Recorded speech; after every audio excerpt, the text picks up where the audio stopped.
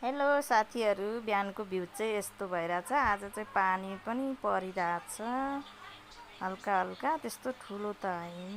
बाहिरतिरको चाहिँ यस्तो छ भ्यू, हेर्नु होला। पानी परिरहेछ सानो सानो, ठुलो त होइन। अनि अरू के छ? अनि हजुरहरूकोतिर पानी परेको छ कि छैन? हाम्रोतिर चाहिँ पानी परिरहेछ। मेरो चाहिँ फुलबारी यस्तो छ, यहाँ चाहिँ कुखुराको खोर पनि छ, त्यही भएर।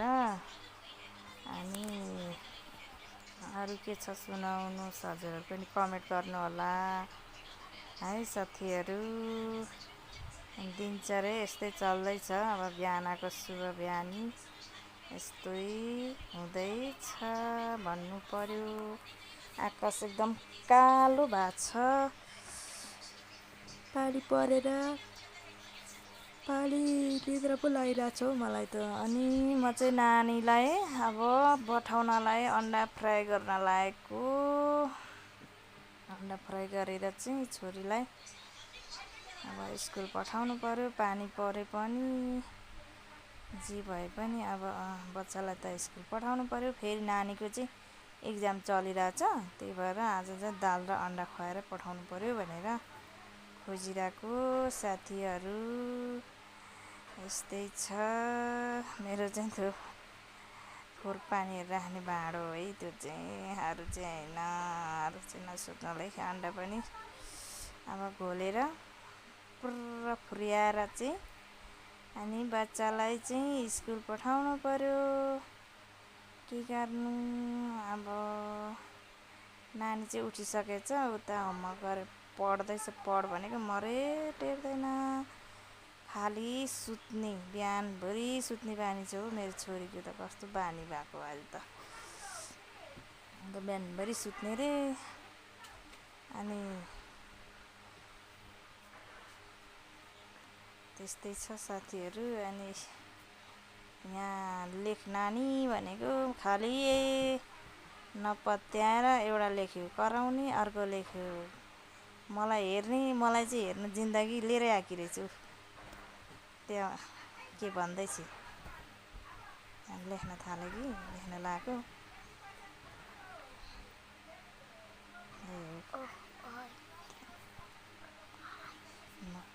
नकर न हुँदैन भिडियो बनाउने। अनि के भन्दैछ, आज हिजोदेखि एक्जाम चलिरहेछ, त्यही भएर अलि लेख भने लेख भनेको टेर्दैन। के देखाउन आइरहेछ, लेखेँ भने देखाउन होला। अनि के भन्दैछ मासाइले, बाबु चाहिँ त सुतिरहेछ। अनि हामी चाहिँ स्कुल हिँड्यौँ। अब पानी परिरहेछ, छाता ओढेर अघि अघि दौडिँदै हुनुहुन्छ। पानी परिरहेछ मजाले, त्यही भएर छाता ओढेर हिँड्दैछ। चाहिँ यस्तो छ ठाउँहरू। अब पानी पऱ्यो भने जानु पर्यो स्कुल त। सबै बच्चाहरू स्कुल हिँड्दैछन् यतातिरका चाहिँ।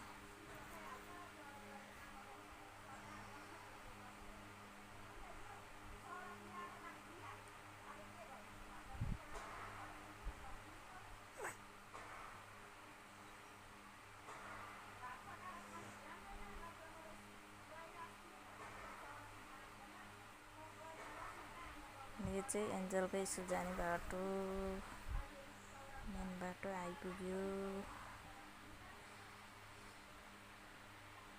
सबैजना आफ्नो तरिका हिँडेछन् होइन, छाता ओढेर मजाले। मैले चाहिँ आजको भ्यू कस्तो छ भनेर हजुरहरूलाई देखाएको। अनि साथीहरू हाँस्दै हिँडेछ अगाडि अगाडि बुढो छाता बोकेर।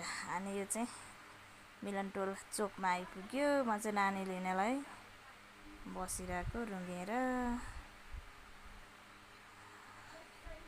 स्कुलबाट आइपुग्न लाग्यो। त्यही भएर अनि बसिरहेको गाडी नै आज फेरि म छिटो गएछु क्या। अरू बेला त ढिलै जान्थेँ। एक्जाम चल्यो भने छिटो गएको। रुगाइमै पर्यो बेसबारी। रुग्नु पर्यो बेसबारी। अनि चाहिँ बल्ल बल्ल आइपुग्यो। अगाडि अगाडि हिँड्दैछन् फुरुरु कुद्दै। त्यो चाहिँ अर्कै बहिनीको छोरीहरू दुइटा चाहिँ हाम्रो चाहिँ कमरमा हात लाएर हिँडेको साथीहरू यस्तै छ।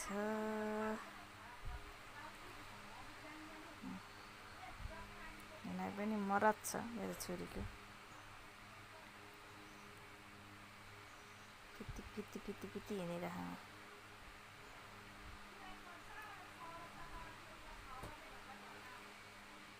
ल साथीहरू आजको भिडियो यस्तै छ, हेर्दै जानु होला। खासै मलाई कन्टेन्ट बनाउनै आउँदैन क्या, सिक्दैछु भर्खर त। अनि त्यही भएर कन्टेन्ट के हाल्ने, कसरी बनाउने, के गर्ने थाहै नै हुँदैन। अनि त्यही भएर यस्तै छन्, हेर्दै जानु होला। बिस्तारै बिस्तारै गर्दै गयो नि होला होइन त साथीहरू। सल्लाह सुझाव दिनु होला। अनि चाहिँ अब चाहिँ भिडियो इन गर्न पर्ने अवस्था आयो। अब चाहिँ भिडियो इन हुन्छ है साथीहरू। सबैजनालाई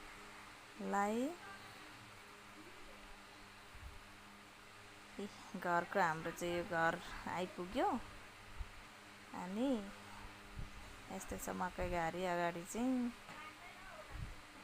अनि चाहिँ हामी चाहिँ घर आइपुग्यो साथी, बच्चा लिएर पनि। अब घर छिर्ने, खाजा के खाने भन्दै आएको छ बाटोबाट। अब खाजा के दिने हो थाहा छैन। अब चाहिँ घर आइपुग्यो साथीहरू। बाई बाई सबैजनालाई।